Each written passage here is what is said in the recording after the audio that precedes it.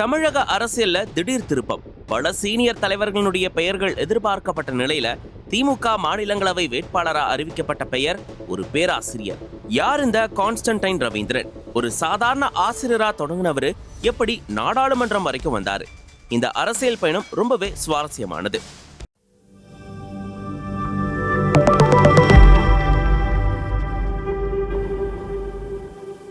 2026 தமிழக சட்டமன்ற தேர்தல் நெருங்கிட்டு இருக்கக்கூடிய இந்த நேரத்துல அரசியல் களம் நாளுக்கு நாள் சூடு பிடிச்சிட்டு வருது. அந்த சூழ்நிலையில திமுக வெளியிட்ட மாநிலங்களவை வேட்பாளர் அறிவிப்பு அரசியல் வட்டாரத்துல பெரிய கவனத்தை ஈர்த்திருக்கு. பல சீனியர் தலைவர்களுடைய பெயர்கள் பேசப்பட்ட நிலையில திமுக செய்தி தொடர்பு செயலாளரான பேராசிரியர் கான்ஸ்டன்டைன் ரவீந்திரன் அவர்களுக்கு இந்த வாய்ப்பு வழங்கப்பட்டிருக்கு. இதனால கட்சியினர்கிட்ட கூட பெரிய வாதம் ஏற்பட்டிருக்கு.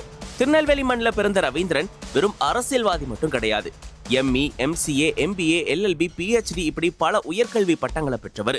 ஒரு காலத்துல அவர் கணினி அறிவியல் பேராசிரியரா கல்லூரியில பாடம் எடுத்தவர். 2011 வரைக்கும் கல்வித்துறையில இருந்தவர் அதுக்கப்புறமா முழு நேர அரசியல்ல குதிச்சாரு.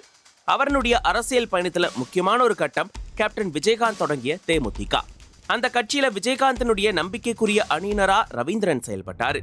கட்சியினுடைய ஆசிரியர் மற்றும் பட்டதாரி அணியினுடைய முக்கிய முகமாகவும் இருந்தாரு. ஆனா அரசியல் பாதை அங்கேயே முடியல. 2016க்கு அப்புறமா MK ஸ்டாலின் முன்னிலையில அவரு திமுகல இணைஞ்சாரு. கேப்டன் விஜயகாந்த் கிட்ட கத்துக்கிட்ட விசுவாசமும் திராவிட இயக்கத்தின் கொள்கைகளும் இணைந்து அவருடைய அரசியல் பேச்சு தனித்துவமா மாறுச்சு. சமீப காலமாகவே தொலைக்காட்சி அரசியல் விவாதங்கள்ல எதிர்கட்சிகளுடைய கடும் கேள்விகளுக்கு தரவுகளோட பதிலளிக்கிறதுல ரவீந்திரன் ரொம்பவே கவனம் பெற்றிருக்காரு. அதிமுக, பாஜக, நாம் தமிழர், தாவேகா இந்த கட்சிகளினுடைய விமர்சனங்களுக்கு உடனடியா பதிலளிக்கக்கூடிய திமுகவுடைய முக்கிய பேச்சாளர்கள்ல ஒருவரா இவர் மாறிட்டாரு.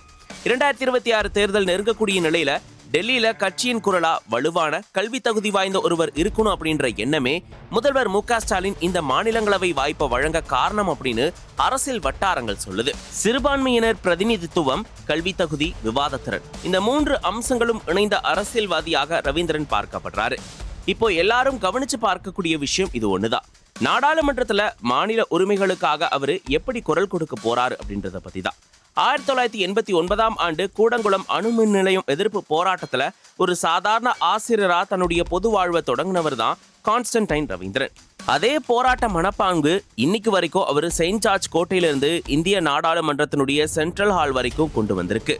இவருடைய இந்த புதிய அரசியல் பயணம் எப்படி இருக்கும் அது வரும் காலம் தான் சொல்லணும். இந்த வீடியோ பிடிச்சிருந்தா லைக் பண்ணுங்க, உங்க கருத்துக்களை கமெண்ட்ல எழுதுங்க.